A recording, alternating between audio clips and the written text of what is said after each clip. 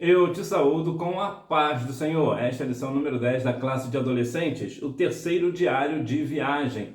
Para esta aula, os louvores sugeridos são 310, 389 e 470. Fique aqui comigo que eu também te darei as respostas do Vamos Praticar. A mensagem: eu disse com firmeza aos judeus e aos não-judeus que eles deviam se arrepender dos seus pecados, voltar para Deus e crer no Senhor Jesus. Atos capítulo 20, versículo 21. Vamos aprender. Foram diversos os desafios que o apóstolo enfrentou nesta cidade por conta da pregação do Evangelho. Desafios estes de natureza teológica e social. Desafio, de modo geral, é aquilo que nos dá motivação para continuar a fazer alguma coisa. Geralmente, quando nós ouvimos de alguém que você não consegue fazer isso, a tendência é que nós venhamos fazer aquilo para provar para a pessoa que nós conseguimos fazer, né? Geralmente os desafios, no modo geral, a parte feminina parece levar mais o desafio mais a sério. Geralmente as meninas têm essa questão mais de ser desafiadas, né? Elas gostam de ser desafiadas. Então o apóstolo Paulo teve aqui dois grandes desafios. E o desafio é de fato uma motivação para nós fazermos, mas é importante salientar uma grande questão aqui. Há pessoas que vão te desafiar a fazer algo bom. Então, quando uma pessoa te desafia a fazer algo bom, ela está te dando uma motivação para você ser uma pessoa boa, para você ser uma pessoa melhor, para você se destacar naquilo que é bom. Entretanto, há pessoas que vão te desafiar a fazer coisas ruins. Por exemplo, algumas pessoas desafiam pessoas a fazer algo que a pessoa vai correr um risco de vida ali e pode de fato morrer por causa de uma determinada situação. Por exemplo, uma selfie. Eu desafio você a fazer uma selfie desse jeito, né? Sei lá, no alto de um prédio, por exemplo. Você sabe que aquilo ali é um risco e você pode cair ali e morrer ali. Então o que você faz? Esse desafio você não aceita. Por que não? Porque a Bíblia diz lá em Mateus capítulo 4, versículo 4, que nós não devemos tentar ao Senhor. E essa questão de fazer uma selfie num lugar perigoso, sabendo do risco que está correndo, isto é o que? Tentar ao Senhor, está tentando a Deus. Então há importante essa questão do desafio. Há desafio bom e desafio ruim. Esse desafio ruim nós deixamos para lá, nós ignoramos. E algumas pessoas costumam colocar mais lenha na fogueira. Mas você não diz que você é o bom? Então vai lá e tira essa selfie. Você não é o bom na selfie? Vai lá e tira. Eu quero ver se você é isso tudo mesmo que você diz. Aí o que você pensa? Não vou lá. Sei porque lá é um risco. Agora, quando uma pessoa te desafia a fazer algo bom, aí sim, você tem todo o direito e deve fazer. Então veja que o apóstolo Paulo aqui ele tinha dois grandes desafios. Qual era? De natureza teológica. A Bíblia é um livro muito complexo, é verdade. Tem questões bem complexas, situações muito desafiadoras. De modo geral, por exemplo, se eu te perguntar se você é arminiano ou você é calvinista, o que você responde? Geralmente você vai dizer, eu sou de Jesus. Mas existe uma resposta para isso. De modo geral, a Assembleia de Deus ela é arminiana. Ela tem essa tendência ao arminismo. Já a presbiteriana, por exemplo, ela tem a tendência calvinista. Inclusive, tem uma questão assim muito curiosa, que não é muito difícil você ver um homem, né? Um cristão, não é muito difícil de você distinguir se ele é arminiano ou se ele é calvinista. Por quê? A barba. É a barba? É a barba. Por quê? Geralmente, a pessoa que é o homem que é calvinista, ele deixa sempre a barba crescer. Você vê, por exemplo, na Assembleia de Deus, dificilmente você vai ver um homem barbudo. É extremamente difícil. É extremamente raro. Por quê? Porque até a questão teológica também é um costume nosso, né? Mas, de modo geral, o assembleiano ele tem uma raiz no... Oh, meu pai! É difícil de falar, né? Arminiana. Então veja que qual é a questão aqui? Isso é uma questão teológica, o calvinismo. E o arminiano é uma questão teológica. É claro que na época lá do apóstolo Paulo não tinha essa questão teológica, essas duas visões teológicas. Mas havia outras questões de natureza teológica. Era sobre essa questão que foi o grande desafio do apóstolo Paulo. Ele precisava resolver as questões teológicas daquele lugar, daquela congregação, daquela igreja. Não é muito diferente hoje. Vemos hoje pessoas que têm algum desafio na questão de pregar a palavra, numa questão teológica, de chegar no lugar. E às vezes tem uma igreja lá que às vezes não é cristã, tem uma visão diferente, ou é uma igreja que parece ser cristã, mas de fato não é. Então, tirar essa questão teológica e implantar uma teologia nova, uma teologia realmente bíblica, é um grande desafio. Vou te dar um exemplo aqui sobre raiz, né? A teologia como uma raiz. Por exemplo, se você for num canteiro e tirar uma alface, você não vai ter nenhuma dificuldade de tirar uma alface do canteiro. Por quê?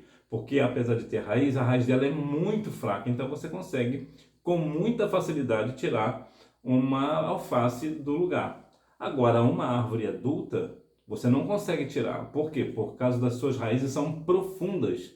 Então você não tem força para tirar. Assim também é a questão teológica. Tem algumas questões teológicas que são como alfaces, são fáceis de tirar. A raiz é fraquinha, é fácil de tirar. Outras questões teológicas, né, e também tradições, já são mais difíceis porque são muito mais enraizadas. Então aqui é um grande desafio do apóstolo Paulo. A outra questão também é de cunho social, né? Isso tanto na questão fora como também dentro da igreja. Né? Tanto a natureza teológica como a social era dentro e fora da igreja. A social é mais aquela ideia da sociedade em si, né? Da questão de estender a mão ao próximo, por exemplo, de ajudar. Agora, como é que você vai ajudar uma pessoa se você acabou de chegar na cidade, você não tem um trabalho ali? Como é que você vai fazer isso? Olha o grande desafio. Como você vai criar uma situação financeira para poder ajudar as pessoas de dentro e de fora da igreja? Veja que grande desafio tinha o apóstolo Paulo. Hora de aprender. A parada de 3 anos em Éfeso. O derramamento do poder em Éfeso. Quando Paulo chegou a Éfeso, a igreja não entendia sobre o batismo no Espírito Santo. Eles apenas conheciam o batismo em águas feito por João Batista. Apolo era um servo do Senhor, mas ele ainda não entendia, na verdade ele não conhecia o batismo no Espírito Santo, ou batismo com o Espírito Santo, como você achar melhor. Por essa razão, ele não tinha como ensinar, ele não sabia. Quantas vezes hoje, isso também é uma questão teológica, quantas pessoas hoje, inclusive existe aqui até uma divisão, há pessoas que acreditam que o Espírito Santo não atua mais. Geralmente o povo calvinista é dessa teologia, que o Espírito Santo, os dons do Espírito cessaram, inclusive o batismo com o Espírito Santo. Nós somos diferentes, nós somos a questão mais arminiana, porque nós acreditamos que os dons continuam, e de fato eles continuam. Com todo respeito aí ao povo presbiteriano. Tenho amigos e até pastor presbiteriano, amigo, mas nessa questão teológica, claro, eu vou discordar. Então, como o Apolo não tinha esse conhecimento bíblico do batismo com o Espírito Santo, ele não tinha como ensinar. Então, Paulo ele trouxe essa questão para a igreja, né? E as pessoas creram no batismo com o Espírito Santo. O apóstolo impôs ali as mãos sobre eles e eles foram batizados com o Espírito Santo. É muito bom deixar claro que o Espírito Santo ele não atua no sentido de idade, por exemplo. Né? Você não precisa ter não sei quanto tempo de cristão para ser batizado com o Espírito Santo. Você não precisa ser batizado nas águas para ser batizado com o Espírito Santo. O Espírito Santo ele não depende dessas questões humanas. A questão que o Espírito Santo tem é: você crê no Senhor Jesus? Crê que a promessa do batismo com o Espírito Santo é para você? Se você crê no Senhor Jesus e crê no batismo com o Espírito Santo, e você busca o batismo com o Espírito Santo, então sim, você será batizado com o Espírito Santo. Então é importante deixar isso claro, porque vem aqui o derramamento do poder em Éfeso, né? E também nos dias atuais, por que não? Se você buscar com todo fervor, se caso você ainda não é batizado, se você buscar o Senhor de todo o seu coração, buscar o batismo com o Espírito Santo, crer no batismo com o Espírito Santo, segundo a vontade do Senhor, você será batizado. E também é uma questão muito interessante. Há pessoas que, às vezes, acreditam que porque eu acredito no batismo com o Espírito Santo, acredito em Cristo como meu Salvador, eu vou orar ao Senhor e o Senhor vai me batizar com o Espírito Santo. Às vezes, pode demorar algum tempo. Na minha igreja, por exemplo, tinha um presbítero, que hoje ele é presbítero, né? Ele ficou na nossa igreja durante mais de 30 anos. Ele ficou muitos anos na nossa igreja. Inclusive chegou a morar na casa que nós tínhamos lá na igreja, quando eu era das crianças. Olha, para você ter uma ideia de quanto tempo isso faz. E ele só foi batizado com o Espírito Santo em 2007. Veja a distância, o tempo, né? Mais de 30 anos da igreja, homem piedoso, temente ao Senhor, nunca houve um escândalo com seu nome, era um homem íntegro, né? Um homem íntegro, né? E mesmo assim ele demorou anos e anos para receber a promessa. Então há questões que às vezes nós realmente demoraremos anos para receber algo da parte do Senhor, porque nós não sabemos. Mas sabemos de uma coisa, Deus tem um propósito por isso. Existe um porquê que demorou tanto tempo para ser batizado? Sim, mas às vezes nós nem sabemos o propósito, às vezes poderemos nem mesmo conhecer, mas Deus tem um propósito em tudo. Agora, é importante que isso não abale a sua fé. Assim como o presbítero da minha igreja demorou tantos anos para ser batizado com o Espírito Santo, você pode ser batizado assim que você começar um desejo ardente no seu coração. Eu conheço um caso muito curioso de um menino que ele aceitou a Cristo como Salvador e ele fazia parte da igreja e tal. E algumas coisas aconteceram e ele começou a enfraquecer na fé. Aí ele ficou em casa, ele não ficou necessariamente desviado, ele ficou parado. Aí um amigo meu virou para ele e disse: poxa, vamos à igreja. Chegou num domingo, né? E foi à casa dele, convidou ele para ir à igreja no domingo à noite. Hoje é domingo, vai na igreja hoje. Aí ele virou para o meu amigo e falou assim: hoje é meu aniversário. Aí meu amigo olhou para ele e falou: mas o motivo para você ir à igreja é para agradecer a Deus por mais um dia, mais um ano de vida que o Senhor te dá e tal. Aí ele parou, pensou: eu vou ver. O que aconteceu nesse dia? Ele acabou que ele foi na igreja no dia do aniversário dele, nesse domingo. E o que aconteceu lá? Exatamente isso. Ele foi batizado com o Espírito Santo no dia do aniversário dele. Então, existem situações, grande presente, né, de aniversário. Então, veja que há situações pelas quais nós não entendemos. Às vezes, o enfraquecimento dele foi justamente para ele ser revestido. Nós não sabemos. E olha que interessante, foi batizado no dia do aniversário. Agora, existe uma questão que eu acho curiosa sobre o batismo com o Espírito Santo. É muito difícil você conhecer uma pessoa que é batizada com o Espírito Santo e a pessoa lembrar a data que foi batizada com o Espírito Santo. É muito difícil, e eu não sei por que isso, mas é muito difícil uma pessoa lembrar: não, eu fui batizado em tal dia. Inclusive esse presbítero que foi batizado na minha igreja, ele não lembra o dia que ele foi batizado com o Espírito Santo. Então veja que situação, eu acho uma questão assim, bastante curiosa. O enfrentamento de espíritos malignos. O tempo passou e Paulo continuou ensinando sobre o reino de Deus. A Bíblia nos mostra que Deus fazia grandes milagres através de Paulo, promovendo curas dos enfermos e libertação dos oprimidos. O Senhor, ele sempre tem um desejo de fazer um movimento de libertação, de cura, de salvação de almas. O Senhor sempre tem esse desejo, ele nunca vai cessar isso. Ele quer que todas as pessoas sejam, na verdade, salvas. A Bíblia nos relata este negócio. Então veja que há uma questão muito interessante de observarmos que Deus operava através do apóstolo Paulo. E assim como o Senhor usava ele nessa questão do batismo com o Espírito Santo, por exemplo, nessa questão de até mesmo de curas e milagres, isso também reflete para nós. O Senhor também tem um desejo ardente que nós venhamos também da mesma forma ser usados por Ele. Agora, é necessário que nós venhamos verdadeiramente colocar a nossa vida no altar. Agora, eu quero te chamar a atenção para uma outra questão muito importante aqui. Veja que o enfrentamento de espíritos malignos, o que é isso? Haverá momentos que você terá que enfrentar os espíritos malignos, ou seja, os demônios. E como você vai fazer este negócio?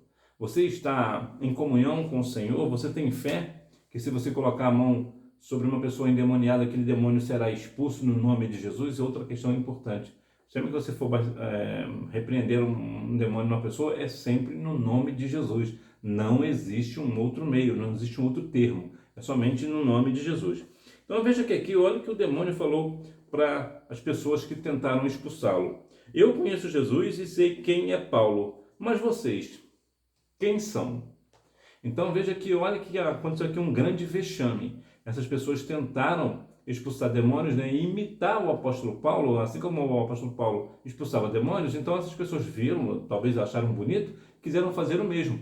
Quando chegaram lá não tendo comunhão com Deus, não tendo comunhão com o Senhor, qual é a vergonha que eles passaram? Além de eles passarem por essa vergonha do demônio falar assim, quem vocês são? Ou seja, eu não reconheço vocês, eu não reconheço nenhuma autoridade em vocês. Ainda houve uma outra questão, eles saíram daqui completamente despidos. Imagina, por exemplo, olha que situação vexatória, vai expulsar um demônio e agora sai pelas ruas completamente nu. Por quê? Porque o demônio rasgou as vestes deles. Vejam que vergonha que a pessoa passa. Então é importante nós entendermos, né, um grande desafio aqui é o quê? Manter a nossa vida no altar para quando acontecer da oportunidade de expulsarmos os demônios no nome de Jesus, nós não passarmos por situações como essa, constrangedoras como essa, ser envergonhados como essa. Agora, existe também uma outra questão que é pouco falado, mas também é importante. Digamos que você vai expulsar um demônio de alguém e você não consegue expulsar, isso não significa que você é uma pessoa perdida, que você não está salva. Há casos, inclusive a Bíblia relata algum caso, que os discípulos tentaram expulsar os demônios e não conseguiram. Mas o que Jesus falou para eles? Alegrai-vos por ter os vossos nomes escritos no livro da vida. Por quê? Porque o mais importante não é expulsar demônios, o mais importante é o quê? Ter o livro escrito na vida, no livro da vida. Mas espera aí, é possível uma pessoa expulsar um demônio e não ter o livro, o nome escrito no livro? Sim, é possível. Mateus 7,12, né? Fala a respeito desse negócio. Olha, Senhor, no seu nome expulsamos demônios, ou seja, pessoas que expulsavam demônios. O que o Senhor responde? Apartai-vos de mim, que eu não vos conheço. Ou seja, expulsavam demônios, mas o nome não estava no livro da vida. Da mesma forma, ao contrário, pode acontecer de acontecer com você, de você ir expulsar um demônio de alguém, não conseguir expulsar, mas o teu nome está escrito no livro da vida. E isso que é o mais importante. Agora, é claro, nós vamos continuar orando ao Senhor, buscando a Deus justamente para que nós venhamos ter o nosso nome escrito no livro da vida e também temos poder de expulsar demônios. Né?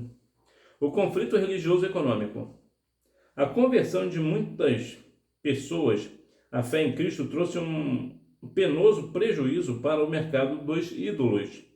E assim instalou-se uma revolta contra Paulo e seus companheiros, liderado por Demétrio e os outros artesãos. Ou melhor, e os outros artesãos, é isso mesmo. Veja que interessante a questão econômica.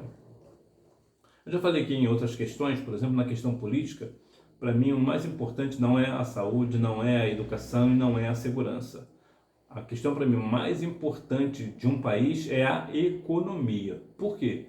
Porque se um país não tem dinheiro, como é que vai investir na educação? Como é que vai investir na saúde? Como é que vai investir na segurança, no entretenimento, na infraestrutura? Então a parte mais importante é a economia.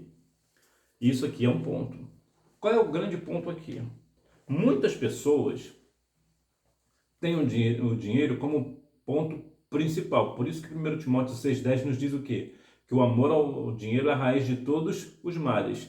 Então o que essas pessoas aqui tinham era o que? Era o amor ao dinheiro. Era o principal meio deles. Era a coisa mais importante, era a questão de ganhar dinheiro. Como esse povo aqui aceitou a Cristo como Salvador, então deixaram de comprar aquelas questões de idolatria, né? Aquelas imagens de santo, por exemplo, deixaram de comprar. Então essas pessoas tiveram um grande prejuízo. Por quê? Porque o Evangelho chegou ali, libertou essas pessoas da escravidão da idolatria. Então essas pessoas que viviam de produzir, né, de criar ídolos, né, imagens de escultura, por exemplo, não conseguiam mais vender essas imagens de escultura porque aquelas pessoas que compravam deles agora são crentes. E isso trouxe algumas questões de que alguns cristãos até foram desprezados por seus amigos por abandonarem a tradição da cidade. Que tradição? De reverenciar esta mulher, né, uma idolatria a esta mulher. Então é um povo idólatra, né, o povo da Diana, né? Então veja que interessante o que acontece com a questão econômica. Em outras palavras, hoje muitas pessoas não aceitam a Cristo como Salvador porque terão que deixar os seus ganhos, porque são ganhos ilícitos. Por exemplo, os políticos de modo geral, o que eles fazem? Eles enriquecem ilicitamente, ou seja, de uma forma desonesta, né, de uma forma criminosa. Então, como é que eles vão aceitar a Cristo? Se eles aceitarem a Cristo, eles terão que deixar a prática e vão deixar de ganhar muito dinheiro. Então, é melhor para eles fazerem o quê? Não aceitar a Cristo e continuar na prática. Então, veja que a questão econômica tem um peso muito grande. É muito forte a questão econômica, porque o dinheiro, de modo geral, ele move o mundo. Por quê? Porque sem dinheiro você não faz nada. Sem dinheiro você não compra um celular. Sem dinheiro você não compra um videogame, você não compra pizza, você não compra alimento nenhum. Então você vai morrer sem dinheiro. Então a grande questão é, as pessoas criam situações e colocam o dinheiro como a questão mais importante da vida e por isso não aceitam a Cristo como Salvador. A parada final em Jerusalém. A chegada de Paulo e seus companheiros foi festejada pela igreja em Jerusalém. O apóstolo entregou a oferta das igrejas da Macedônia e Acaia e compartilhou com eles como as boas novas de Jesus estavam sendo pregadas entre os não-judeus. Eu quero fazer uma pergunta para você, uma pergunta séria, que talvez você nunca tenha se perguntado. É uma questão pessoal, né? Portanto, é uma questão sobre você. Você não precisa responder. Mas quando você chega na igreja, as pessoas ficam alegres quando você chega? As pessoas se alegram? Quando você vai para uma outra cidade, para uma outra igreja, as pessoas se alegram quando te vê? Porque se a resposta for não, é melhor você começar a pensar o que você está fazendo pela qual as pessoas não sentem alegria em te ver. Veja que aqui o povo festejava quando o apóstolo Paulo chegava. E algumas pessoas podem parecer assim, mas essa comparação é errada, porque o apóstolo Paulo era bastante com o Espírito Santo, tinha os 9 dons, era escritor da palavra, era um homem muito instruído. Não é esse o ponto. A questão é a nossa presença, a nossa questão de carisma, a nossa questão de ser bem visto, né? Ter uma boa índole. Será que as pessoas se alegram quando eu chego num lugar? Né? Será que quando eu chego num lugar as pessoas realmente ficam felizes porque eu cheguei nesse lugar? Né? Principalmente no contexto da igreja? Então isso é uma questão muito importante. Uma outra questão muito importante é que Paulo trouxe uma oferta da Macedônia e de Acaia. Ele poderia não entregar, mas ele foi honesto, o que falta hoje na maioria ou boa parte dos líderes e dos pastores hoje, geralmente não são honestos na questão econômica, na questão do dinheiro. Então ele trouxe ali, né, o apóstolo Paulo entregou a oferta das igrejas da Macedônia e Acaia, e também compartilhou com eles as boas novas de Jesus. Ou seja, olha, está aqui a oferta que Acaia e Macedônia mandou, e eu também quero compartilhar com vocês as questões sobre Cristo, né, que as pessoas realmente, nós pregamos aos não-judeus e eles aceitam a Cristo como Salvador. Olha que grande questão, né? A parada final em Jerusalém trouxe essa grande dinâmica. O que é isso? Resultado positivo, né? Ali temos o apóstolo Paulo, um homem de Deus, que as pessoas ficavam felizes em saber que ele estava presente, então as pessoas se alegravam. Por exemplo, hoje, de modo geral, quando um pastor chega na igreja as pessoas ficam alegres com a presença do pastor, de modo geral. Porque é o nosso pastor, as pessoas celebram o pastor, o aniversário do pastor, por exemplo, então tem essa alegria no coração, porque o nosso pastor é uma pessoa que está aqui conosco, que nos ajuda, nos dá uma palavra pastoral, uma pessoa que está sempre conosco, que nos visita quando nós estamos necessitados. Então, verdadeiramente é um grande homem de Deus. Então, as pessoas celebram a presença desse pastor. E também a questão de ofertas, né? E a questão de oferta vai sempre trazer uma questão polêmica. Por quê? Porque, de modo geral, tem sempre essa dinâmica. Será que as pessoas estão sendo honestas mesmo lá com as ofertas? Né? Será que o pastor realmente está sendo honesto? Ainda mais quando é uma igreja que o pastor tem um carro bom, por exemplo, né? E aí, mas como é que ele consegue ter esse carro aí se o salário dele não é compatível? Aí começa a vir as desconfianças, por exemplo. Então são situações, tudo que envolve dinheiro sempre existem desconfianças. Então nós devemos ter muito cuidado para que nós não venhamos também trazer isso ao nosso coração. Por quê? E aqui não é uma questão de ficar indiferente com o que o pastor faz ou deixa de fazer com os dízimos e ofertas. Muito pelo contrário, você precisa saber o que o pastor faz com dízimos e ofertas. né? Ele não pode de maneira nenhuma se enriquecer de modo ilícito com dinheiro de ofertas e dízimos da igreja. Isso é uma questão completamente antibíblica e quem faz isso vai para o inferno. Não tem outro termo aqui, não tem outra conversa. Mas você precisa ter no seu coração, eu preciso ter no meu coração, que independente do que o pastor faz com dízimos e ofertas, isso é uma questão dele com ele e Deus. Mas eu preciso saber o que o pastor está fazendo com dízimos e ofertas. Eu, como membro, eu preciso saber e você também da mesma maneira. Então essa aqui é a grande dinâmica, mas o grande ponto é, eu não posso me deixar abater se caso o meu pastor faz algo errado com os dízimos e ofertas. Eu vou alertar ele, eu vou orar por ele, mas eu não posso deixar minha fé ser abalada por isso. Por que não? Porque a minha fé não pode estar no pastor, a minha fé precisa estar em Cristo. Conclusão. O ministério do apóstolo Paulo foi conduzido por Deus. Mesmo quando a situação parecia complicada, havia um propósito maior, a pregação do Evangelho do Senhor Jesus Cristo e a salvação de almas. Qual é o grande motor da igreja onde você está? Isso é uma pergunta complexa, difícil. Por quê? Porque o nosso maior propósito, nosso maior desafio, lembra que eu falei lá no início? Desafio, ser desafiado. Nosso maior desafio é o quê? É pregar o Evangelho. Inclusive, eu vou aproveitar a oportunidade e vou desafiar você a esta semana, a este mês, você sempre está pregando para uma pessoa não cristã. Você pregar a palavra, pregar o Evangelho, né, para as pessoas terem assim, aceitarem a Cristo como Salvador. Se as pessoas não aceitarem a Cristo como Salvador, quando você estiver pregando, não se preocupe com esse negócio. Isaías 55:11 nos diz que a palavra de Deus não volta vazia sem cumprir o que lhe apraz, antes prosperará naquilo que ela foi enviada. Então, se você enviou a palavra e a pessoa não aceitou naquele momento, não se preocupa, porque quem dá o crescimento é o Senhor. Então, a sua parte, o meu desafio com você é: pregue a palavra, pregue o Evangelho. Na sua escola, por exemplo, no seu vizinho, vira para ele, fala da palavra para ele. Por quê? Porque o grande motor da igreja precisa ser isso: pregar o Evangelho, salvação de almas. Isso que é o grande motor da igreja, precisa ser. Por quê? Porque se é uma igreja que não respira evangelismo, é uma igreja que vai morrer, ela vai acabar. Não tem outro termo. Por que não? Dá um exemplo bem prático.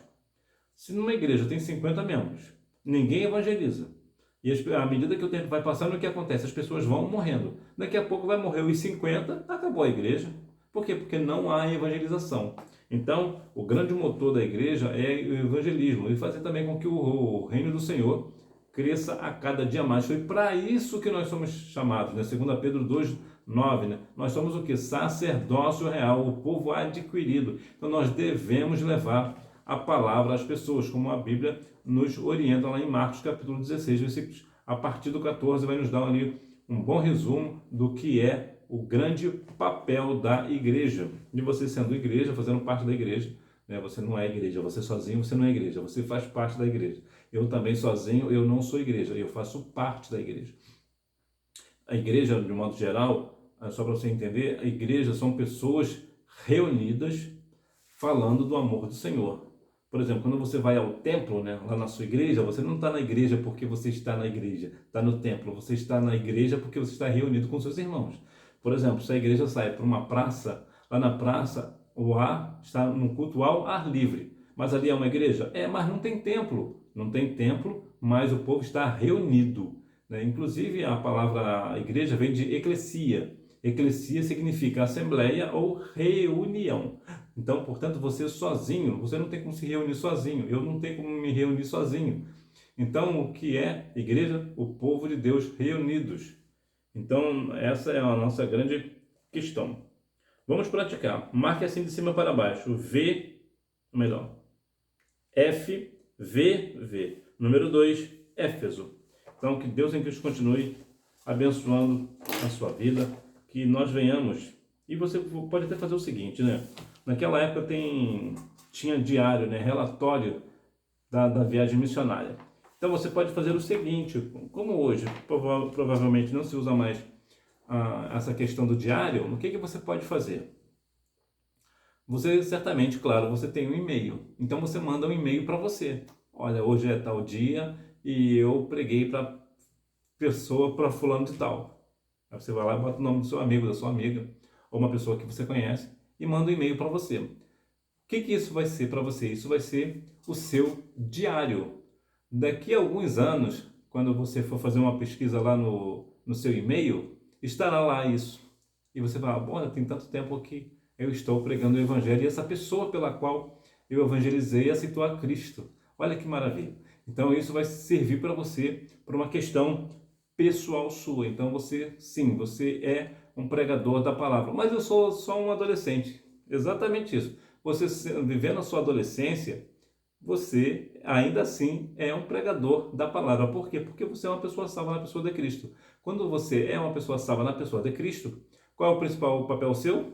Pregar a palavra. Então que Deus em Cristo continue abençoando a sua vida. E mais uma vez, eu quero te desafiar a pregar para os seus amigos. Quero ver que realmente, se você realmente vai aceitar esse desafio aí. Que Deus em Cristo continue abençoando a sua vida. E se essa aula fez diferença para você, teve relevância para você, se inscreva aqui no canal e deixe o seu like para eu saber que você gostou da aula de hoje. Que Deus em Cristo continue abençoando a sua vida e você me vê na próxima aula, se Deus quiser. Tchau!